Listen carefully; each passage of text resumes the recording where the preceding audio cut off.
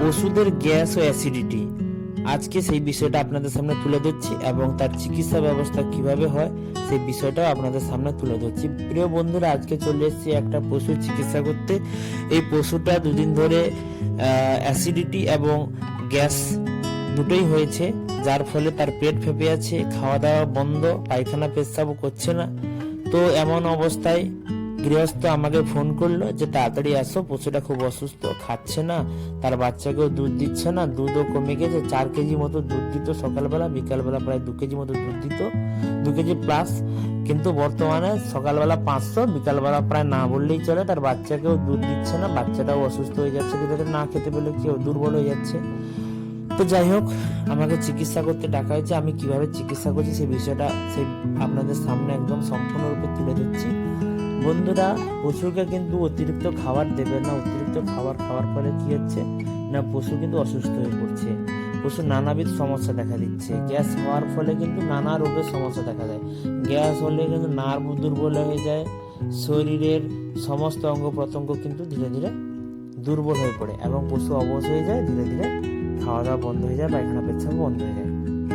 তো সবাইকে বলবো, কম খাওয়ান, অতিরিক্ত খাওয়াবেন না। এখন মানুষ অনেক লোভী হয়ে উঠেছে, একটু দুধ বেশি পাওয়ার জন্য নানা রকমের উত্তেজক জাতীয় খাবার খাওয়াচ্ছেন, যার ফলে কি যে প্রচুর দুধ বেশি দিচ্ছে কিন্তু তার শারীরিক সমস্যা দেখা দিচ্ছে। প্রচন্ড গ্যাসের ফলে প্যারালাইসিস হয়ে যাচ্ছে এবং কখনো কখনো কি হচ্ছে না, গরুর পাতলা পায়খানা হচ্ছে, পায়খানা মানে গোবরটা একদম সবসময় মেলে থাকছে এবং দুর্গন্ধযুক্ত পায়খানা হচ্ছে। তো সবাইকে বলবো, অতিরিক্ত লোভ করবেন না, পশুকে পশুর জায়গায় থাকতে দিন এবং তাকে সঠিকভাবে যত্ন নিন। সঠিকভাবে যত্ন নিলে কিন্তু পশুও ভালো থাকবে, আপনিও ভালো থাকবেন এবং আপনার খরচও কম হবে। তো যাই হোক, ভিডিওটা সম্পূর্ণরূপে দেখবেন এবং আপনাদের কেমন লাগছে আমাকে কমেন্টে জানাবেন। এই পশুটাকে আমি চিকিৎসা করছি। প্রথমত আমি একটা গ্যাসের ইঞ্জেকশন করব, তারপর একটা অ্যান্টিবায়োটিক ইঞ্জেকশন করব এবং একটা প্যারাসিটামল গ্রুপের ইঞ্জেকশন করব, গায়ে জ্বর আছে। আর সমস্ত ওষুধ কিন্তু আমি খাইয়ে দিয়েছি।